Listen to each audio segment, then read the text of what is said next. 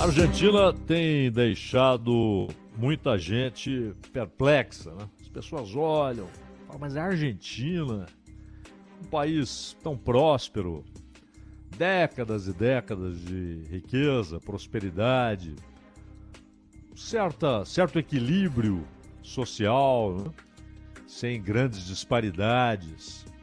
E hoje, 40% da população argentina, esses números são sempre arredondados ali, 40% em situação de pobreza, parte considerável desse percentual, uma parte considerável na pobreza extrema, na miséria.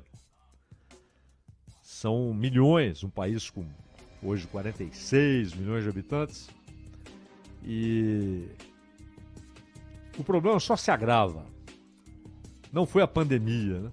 A situação já era gravíssima antes da pandemia. A pandemia, claro, alargou o problema, aprofundou o problema, atingiu mais gente, fechou oportunidades, atrasou qualquer movimento em direção à recuperação. E as pessoas olham e se perguntam, mas o que aconteceu? Geralmente você tem a resposta simplória, né? Foi o populismo. Sinceramente, em que país hoje, neste século XXI, neste ano, 2023, para que país você olha e diz que não há populismo? Há anos e anos. Nos Estados Unidos, na Inglaterra, na Itália. Nossa, na Itália nem se fala. Na Grécia, em Portugal. E na América do Sul é quase uma marca registrada, o populismo. E o populismo é um problema? Sim, porque geralmente ele faz com que o poder estabelecido use políticas populistas e discursos populistas com uma única finalidade: manter-se no poder. Não é para melhorar o país, para resolver os problemas, né? Geralmente você tem ações que têm como objetivo simplesmente a manutenção no poder de quem já está no poder, dos grupos. Mesmo havendo revezamentos, né, entre partes desse grande grupo de poder, dessa casta do poder político, econômico, jurídico. E na Argentina não é diferente.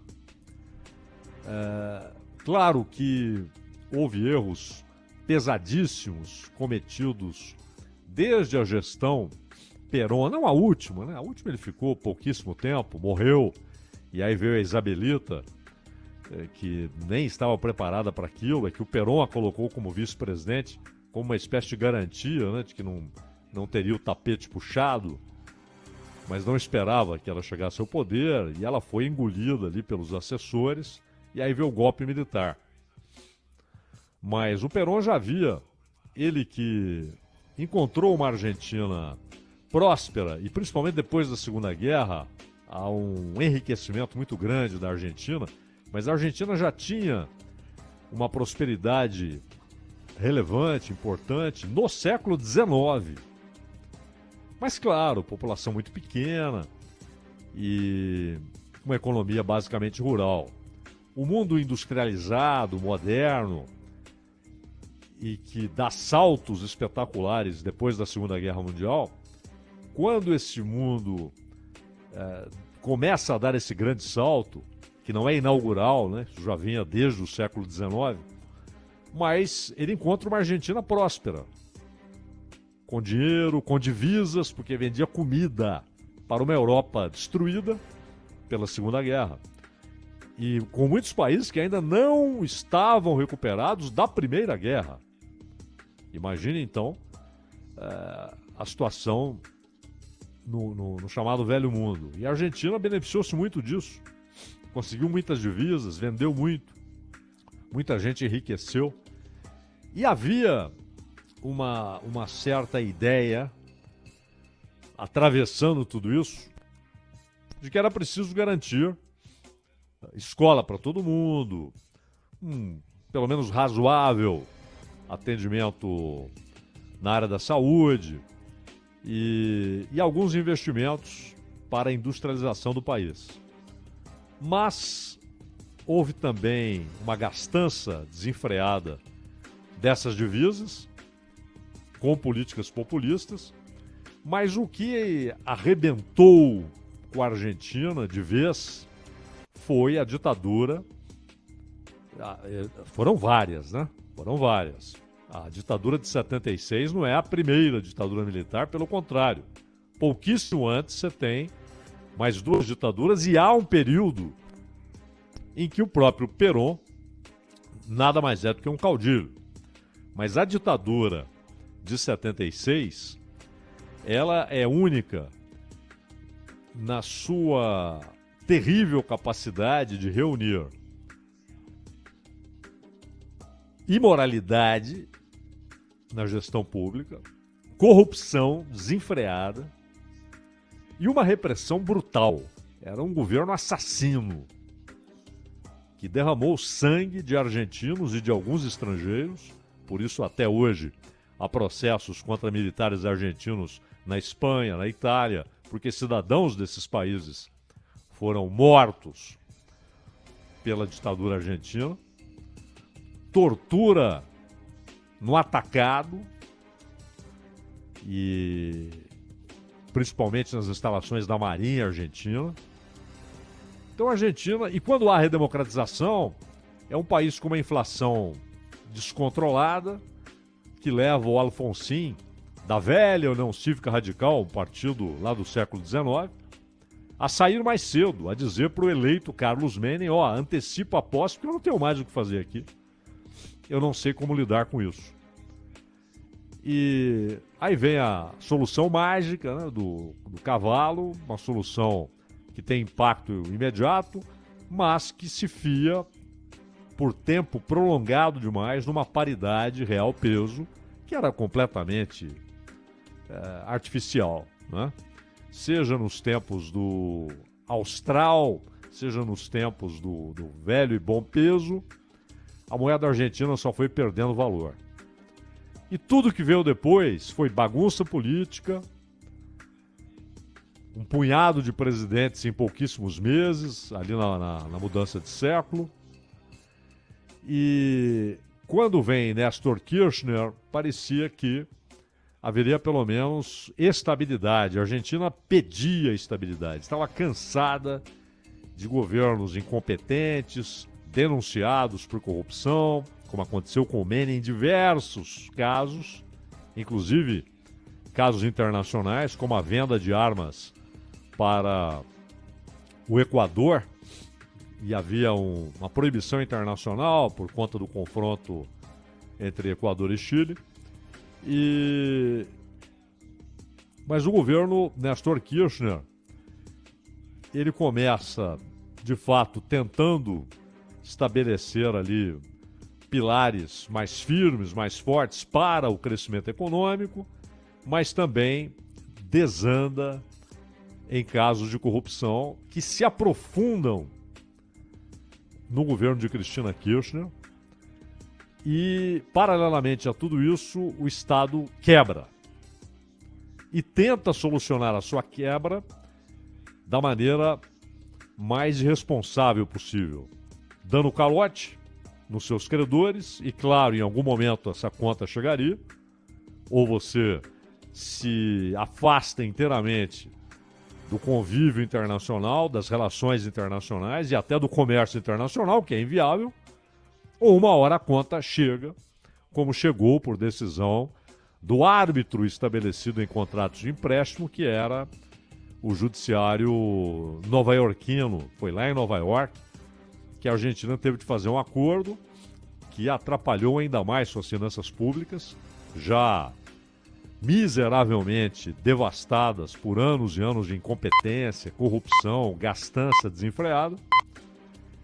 E e a Argentina passa a ser vista como péssima pagadora para conseguir empréstimos, para conseguir moedas fortes, se vê obrigada a aceitar juros terrivelmente altos, prazos curtos. Isso só faz com que a dívida cresça de maneira ainda mais desordenada e com uma dificuldade muito maior para se administrar essa dívida. O governo Cristina Kirchner, com denúncias de corrupção, com denúncias de favorecimento a determinados empresários que eram ligados ao Néstor Kirchner lá atrás. E além de tudo isso, com a crise econômica crescente, isso abriu as portas para a oposição.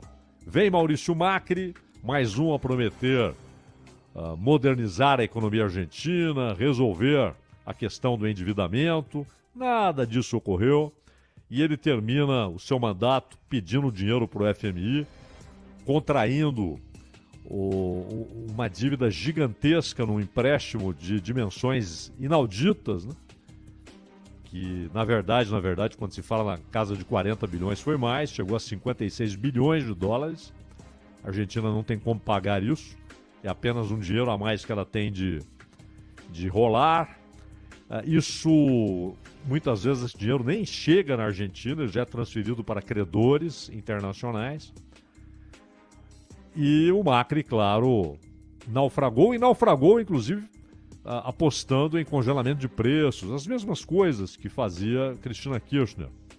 Vem Humberto Fernandes, que já começa a sua gestão com um problema político, porque Alberto Fernandes foi muito próximo dos Kirchner, foi um dos principais assessores do Néstor Kirchner e logo depois da Cristina, mas ainda no primeiro mandato da Cristina há um rompimento.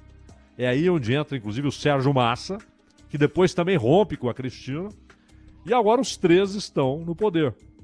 Ele levou a Cristina para a chapa porque ficou claro que os processos Cristina Kirchner tornariam muito difícil sua eleição, ou, se eleita, ela teria de conviver durante todo o mandato com problemas judiciais. Então, ela foi como vice, até para dar votos, porque ela tem muito mais voto que o Alberto Fernandes, isso é indiscutível. Ela é muito mais popular que o Alberto Fernandes. E a crise não resolvida, só piorando, fez com que buscassem o socorro de Sérgio Massa. Só que Sérgio Massa chegou, apresentou seu plano, tentou alguma estabilidade e apresentou a conta. Eu quero ser o próximo candidato do peronismo à presidência da Argentina.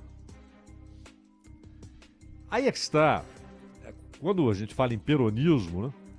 O peronismo é um movimento peculiaríssimo, porque, para se ter uma ideia, no último mandato de Juan Domingo Perón, o peronismo abrigava grupos, nessas simplificações, né, semânticas, grupos de extrema esquerda e grupos de extrema direita. Impressionante. Havia dentro, ou sob o guarda-chuva peronista, e dentro do poder do peronismo, obviamente, sem diálogo entre essas partes, mas havia comunistas e nazistas. E o Perón até aproveitava isso, né, essa divisão, para ter sempre o controle do movimento. Só que, em 73, já é um Perón envelhecido, cansado, com menos força, com menos capacidade de mobilizar massas, mas ainda é Perón. Quando ele morre, o peronismo entra em crise profunda, tanto que não faz o presidente na redemocratização, a União Cívica Radical aqui o faz. Quando volta ao poder com o Menem, é o chamado peronismo liberal, né? Um peronismo muito parecido com o PSDB brasileiro, e Menem falando em relações carnais com os Estados Unidos e tal. E aí há de novo a guinada, usando expressões simplistas, né? Há uma guinada à esquerda com o kirchnerismo. Depois de vários aventureiros que por lá passaram, todos peronistas e de grupos bem distintos entre si, o kirchnerismo passa a representar a esquerda dentro do peronismo. e cresce como um movimento independente. O kirchnerismo é, se amanhã houver um rompimento da família Kirchner, Cristina, Máximo, que é o filho dela e do Néstor, que está na política, com o justicialismo, né, que é o nome oficial do peronismo, o kirchnerismo imediatamente vira um partido. Não há dúvida quanto a isso. Então, Alberto Fernandes e Sérgio Massa estão ali disputando poder, só que o Alberto Fernandes, atual presidente, já disse: não participo da disputa eleitoral, não serei candidato à reeleição. Ele tem esse direito, do ponto de vista constitucional, de disputar a reeleição, mas não o fará, porque sabe que sua candidatura seria ver a oposição voltar ao poder. Ele não teria chance de reeleição. É uma inflação que já passou dos 100% ao ano, 100% ao ano. Sabemos o que é isso? O Brasil já teve índices bem mais altos, o dobro. E o Banco Central ontem elevou a taxa de juros de 91% para 97%. Interessante. O que falta hoje na Argentina, primordialmente? Dólar.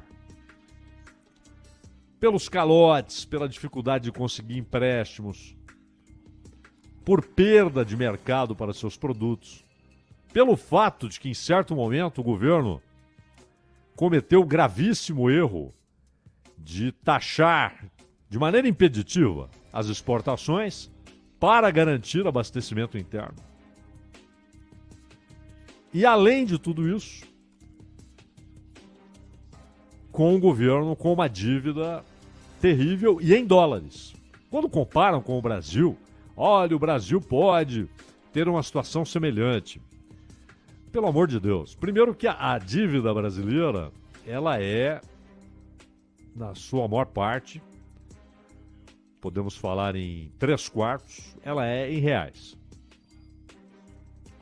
Segundo, o Brasil tem em reservas algo próximo ali de 400 bilhões em moeda estrangeira. 400 bilhões. A Argentina tem 2 bilhões. É nada. É nada. É algo que pode ser evaporado da tarde para a noite. E uma dívida em dólar. Majoritariamente em dólar. Então não há comparação. E para o Brasil é muito importante a revitalização da Argentina, o reerguimento da economia argentina e da sociedade argentina. A Argentina é o terceiro principal parceiro comercial do Brasil, só atrás de China e Estados Unidos. É um mercado muito importante. E não é só isso, né? Não é só isso. É olhar ali para o lado e descobrir um empobrecimento veloz, devastador, e que atinge hoje 40% da população de um país que já foi muito rico. E quando você olha o cenário político, a situação enrolada, são políticos medíocres, né? Do ponto de vista de ideias políticas, de ideias econômicas e intelectualmente medíocres. Medíocre no sentido exato do termo, ou seja, medianos, né? Não é no sentido pejorativo, no sentido medianos, não vão lidando com as situações ali dia após dia. Perderam a capacidade de planejar algo, de planos trienais, quinquenais. Isso parece inviável. A Argentina tem de lidar com uma hora atrás da outra, com um dia depois do outro. E a oposição é igualmente medíocre, com discursinhos manjados. Tem lá, inclusive, um sujeito que se pretende fora da política, não é? Já ouvimos esse papo, já cansou, né? Mas alguns se aproveitaram disso. O Macron inaugurou isso, depois houve uma fila de seguidores, né? Mas um cara de ideias lamentáveis, né? Ideias lamentáveis. E agora uma parte da imprensa argentina embarcou alegremente numa ideia grotesca de dolarização. Mas dolarização não como há, porque a Argentina tem uma economia dolarizada. Já que o peso nada vale, as pessoas estabelecem referências de preços em dólar. Porque o peso não faz mais sentido. Não tem como você dizer, isso aqui vale tantos pesos, daqui 2 horas é outra coisa. Valerá 200. Não pode. Então eles usam dólar. Mas o que os caras querem é o que o Equador fez. Trocar a moeda. Ter o dólar como moeda nacional. Isso é estúpido.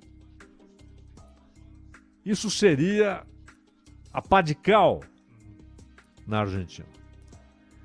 E aí entra algo interessante nesse plano anunciado ontem, que é buscar operações de câmbio, né? Inclusive swap cambial com a China, etc., para que a Argentina tenha acesso a moedas mais estáveis, bem mais estáveis. Estáveis, né? O que o peso não é. Apenas isso, estáveis. Como o yuan, o real, e usando as transações comerciais para ter acesso a essas moedas. E não tenha dúvida, se essas moedas começam a entrar para valer na Argentina, as pessoas aceitarão como referência. Elas usam o dólar porque é a referência possível. Mas se for yuan, se for real, pela estabilidade, essas moedas serão aceitas. Porque o peso não basta... Vamos cortar 3 zeros, como o Brasil fez várias vezes, né? Com o governo civil, com o governo militar. Corta 3 zeros e o dinheiro volta a ter valor. Não volta. Porque as causas do processo inflacionário, do processo que leva à erosão do valor da moeda, valor real, valor de compra, elas permanecem. E como o dólar é algo hoje quase inviável, todas as medidas pensadas não funcionaram, a ideia é tentar esse swap. Só que há um problema.